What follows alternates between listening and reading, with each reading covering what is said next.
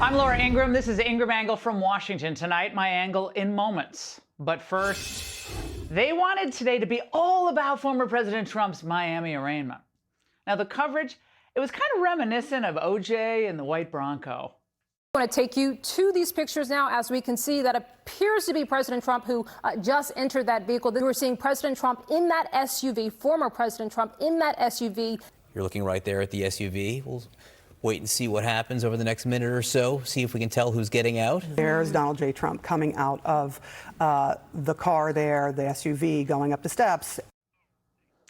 And did you know that this was extremely historic?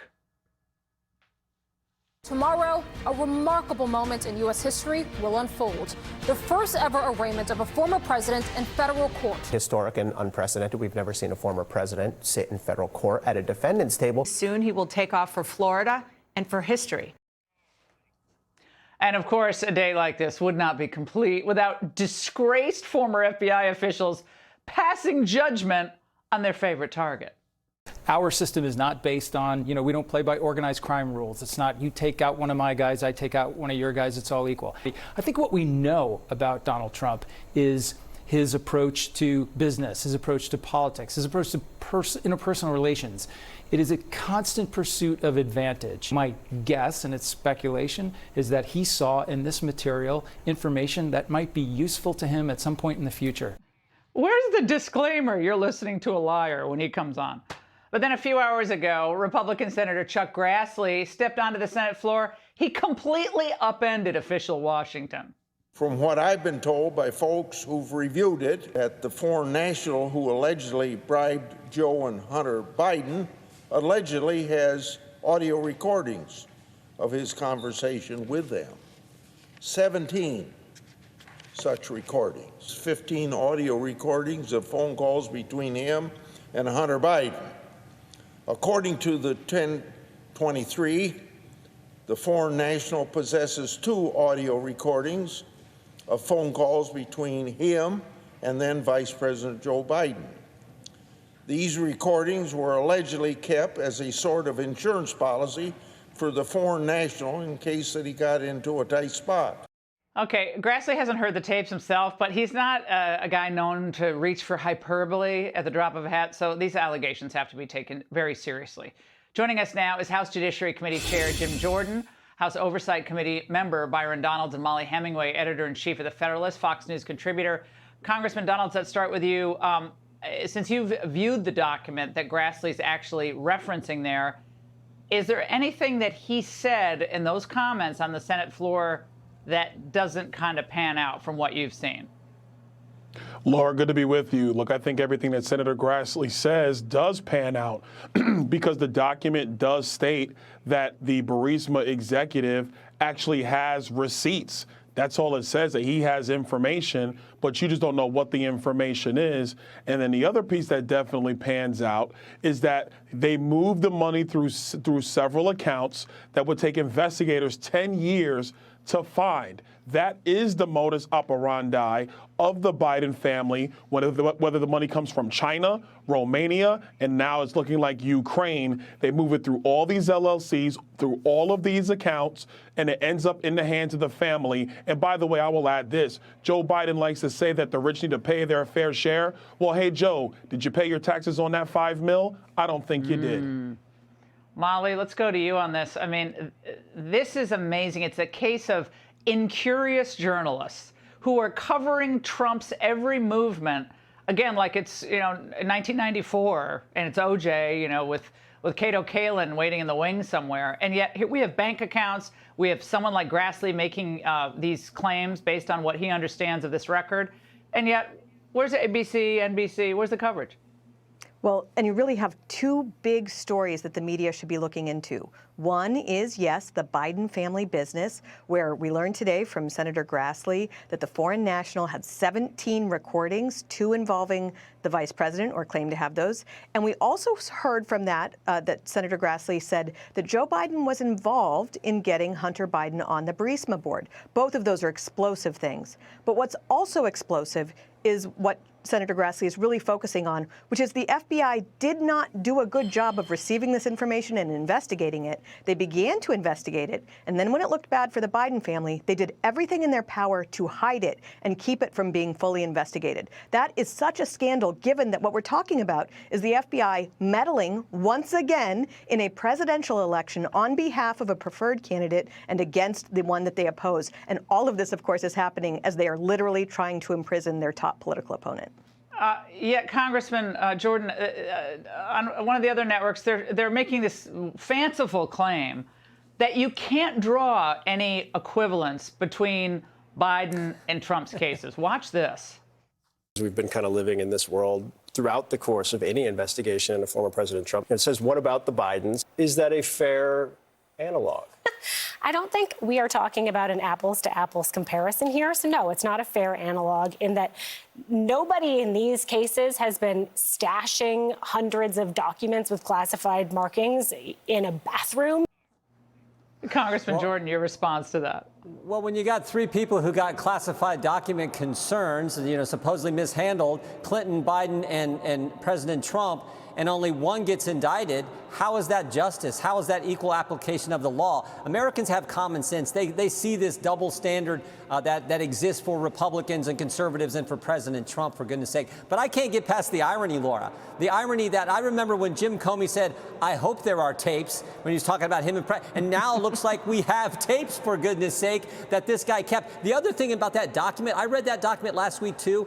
The section Byron was referencing about this foreign national who's an executive at Burisma, he also says in that section, he tells the confidential human source, we don't need anything, nothing to worry about because we have so many bank accounts, it'll take forever for them to figure it out. And he also says, we never paid the big guy directly. So now we know this is the second person to use that term. He uses that term before we knew about the first guy. James Gilliar, a business associate of Hunter Biden, when we learned about that in October 2020, this document was put together in August of 2020. So now we got both sides of the equation using the same term, the big guy. And if the big guy is not Joe Biden, somebody needs to explain to me who it is. So that's the part of them that, from the document I took away as, wow, that is the most compelling evidence, I think, that shows how this is connected to the President of the United States. This is why this document, in the end, does need to be made public so the whole country gets to see it.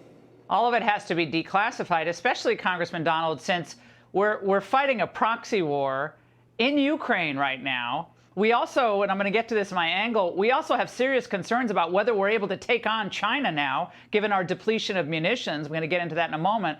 So we have these big geopolitical challenges and perhaps money going from two big geopolitical forces to the Biden family. And we're talking about documents in a bathroom. I'm not saying those aren't important, but come on. We got money from foreign countries. You're absolutely right. One quick thing, Laura. This FBI Doc 1023 is not a classified document. They made us review it in the SCIF, but that document is not classified. That's number one. Number two, I find it highly ironic that none of this ever sees the light of day with any of the members of the press, but the second they get a transcript of an audio recording, it is now leaked to the entire press. I thought that leaking information in a criminal investigation was against the law. That's what I heard a long time ago. I thought that's illegal as well. But here's the last point, and you're making a key point. The president and the president's family, and I stress, the president and the president's family have been shaking down foreign companies and foreign countries for a long time.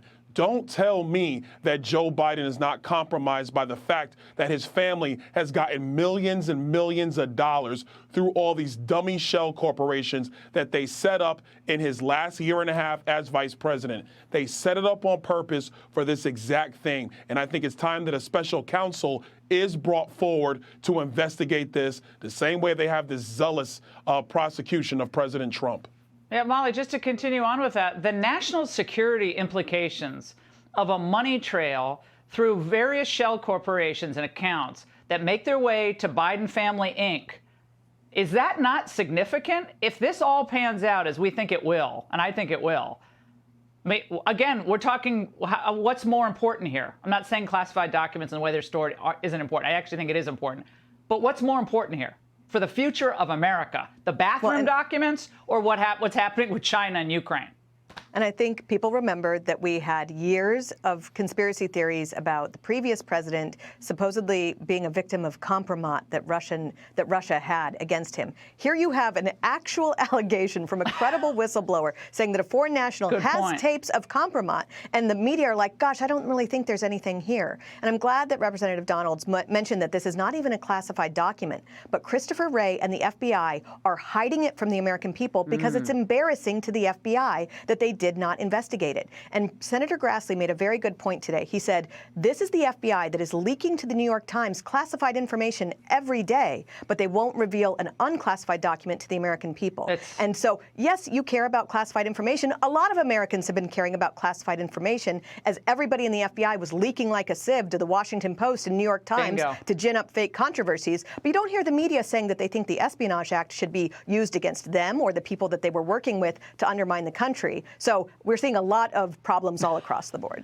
And Congressman Jordan, I know people watching are thinking, we keep hearing these complaints all the time about the FBI. I've been hearing this for years and the intel agencies. When are Republicans going to use the power of the purse and say, we're done? You hear some of the presidential candidates, Ramaswamy, obviously Trump and DeSantis, they all want to do something here. But now it's up to you all.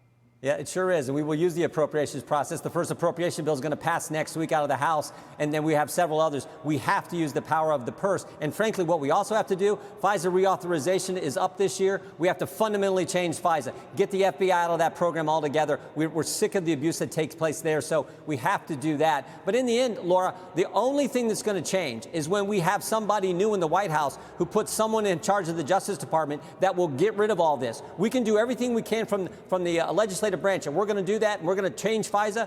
But in the end, you have to have an executive who says we will no longer have a Justice Department that targets we the people, that targets the American citizen. That is the only thing that's going to fix it. The press isn't going to cover it. We have to do it that way, and that's why elections are important. Yeah, defund and new president, both. How about a 1-2 punch? Panel, great to see you. Hey, Sean Hannity here. Hey, click here to subscribe to Fox News YouTube page and catch our hottest interviews and most compelling analysis. You will not get it anywhere else.